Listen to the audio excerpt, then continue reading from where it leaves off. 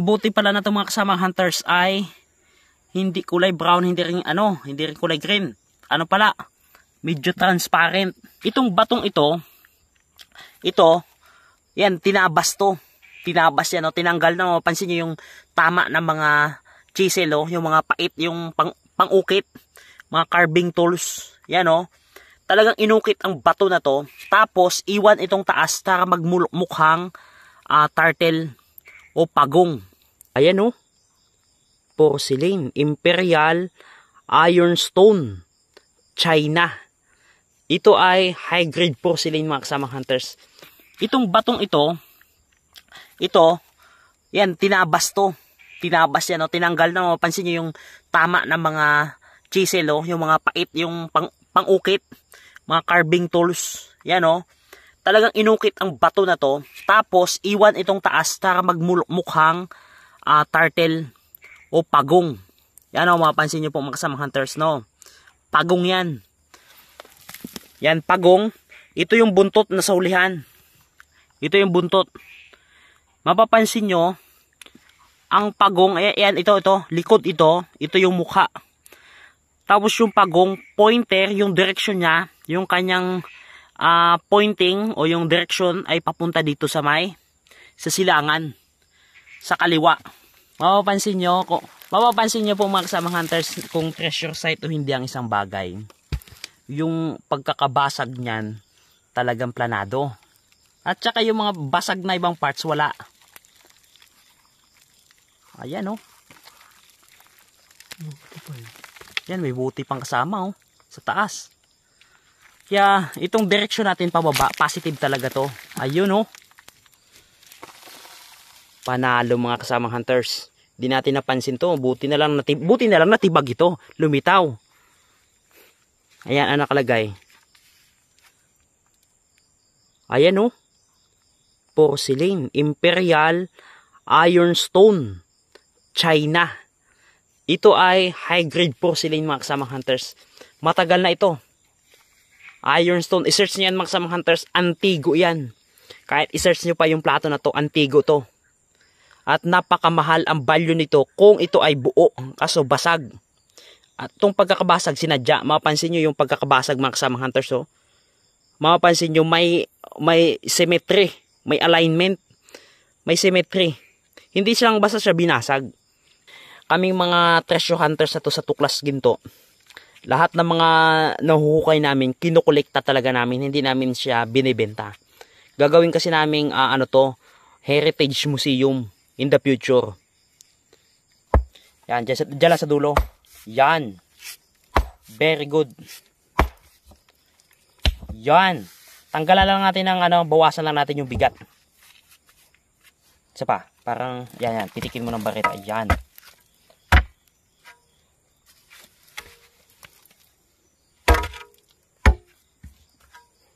Ayan, bawasan na natin. Ayan. Basagin na lang. Oops, okay. Amazing. Ba. Okay. Tigas, mga kasamang hunters, umuusok. Tumatama na sa pako yung mga ibang parte ng bato. Naiangat na natin, mga kasamang hunters. Kanina hindi talaga maiangat yan. At least ngayon, pwede na siyang maigulong dito sa tabi. Binawasan talaga ng tagiliran dahil baka yung bigat ay baka medyo gumaan kasi mabigat talaga. Ayan, i-clearing natin, mga kasamang hunters.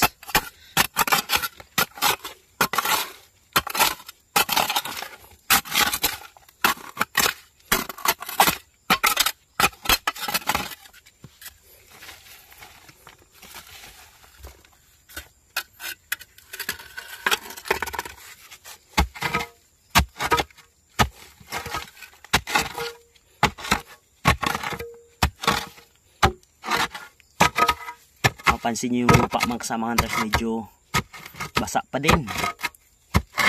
Kaya ang iniisip ko dito, sana walang water trap dito. Kasi yung markings natin, pagong. Pagong kasi, mga kasamang hunters, ay simbolo din ng water trap yan.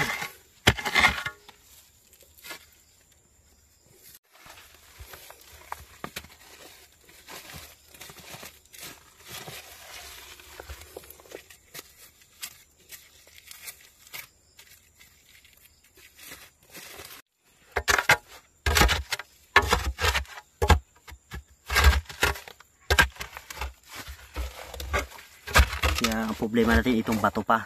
Mabuti dyan medyo malambot konti mga kasamang hunters.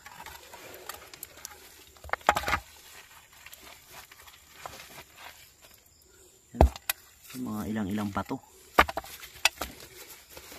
Ngayon medyo ingat tayo mga kasamang hunters. Ayun, parang buti mga kasamang hunters. Yan o. Na nakataob. Ayan o, buti mga kasamang hunters na brown or green. Ayan mga kasamang hunters, ito kasi, di ba binasag natin yung bato dito? Ito. Sana yon? Ito. Itong bato na to, binasag natin, nandito yan. Nandito yan, nakalapat yan dito. Binasag natin para gumaan para yung bigat niya mabawasan. Nung pinataob natin, tapos tinatanggal yung ibang lupa dito na pinagpatungan niya. Ayan, mayroon treasure markings. Bote mga kasamang hunters na parang green or may ano pa maputik pa. Kasi medyo basa ng area mga kasamang hunters. Positive talaga to. Panalo. May takip dito na bato. Tapos pagtanggal natin, ayan. Another treasure markings. Positive. Ayan, makikita nyo po mga kasamang hunters. Oh. Medyo pa-slide ng kanyang direksyon. Napakaganda talaga tong treasure site natin talaga mga kasamang hunters. Yan, inipit pa ng bato sa gilid para hindi magalaw yung kanyang direksyon at yung posisyon. Ang buti pala na itong mga kasamang hunters ay hindi kulay brown, hindi rin kulay green. Ano pala? Medyo transparent, medyo brownish na transparent. Ayan na nakataob mga kasamang hunters. Tingnan mo yung base kung may markings. Wala? Meron? Anong number? Yan may markings mga kasamang hunters. Ang nakalagay ay 00. Di, parang may number pa sa unahan linisin mo yung ito, yung bunga dyan. Number 7. 7. 7 ba yan? 00 yata. 00. Yung sa unahan wala? 500. Ito. 7. 7? Yan mga kasamang hunters, parang medyo hindi lang klaro dahil sa katagalan ng panahon medyo umano na yung kanyang markings. Pero kung dito ka sa actual 700. Ayan mga kasamang hunters, yan medyo alamin natin doon sa ating treasure code kung ano ang meaning ng 700 na numero. Medyo light brown, medyo transparent na nakapadive, paturok doon mga kasamang hunters. Tapos kung makikita nyo sa video natin kayo na may bato inipit. Yan, baka nakawin na naman to ng ating mga kasamang hunters, ng may vlogger na nagnanakaw ng video natin. Yan, anong pangalan nun? Basta nandyan mga kasamang hunters, para may napapansin natin Kaya mag-ingat kayo doon mga kasamang hunters. Yan ay original na video ng Tuklas Ginto.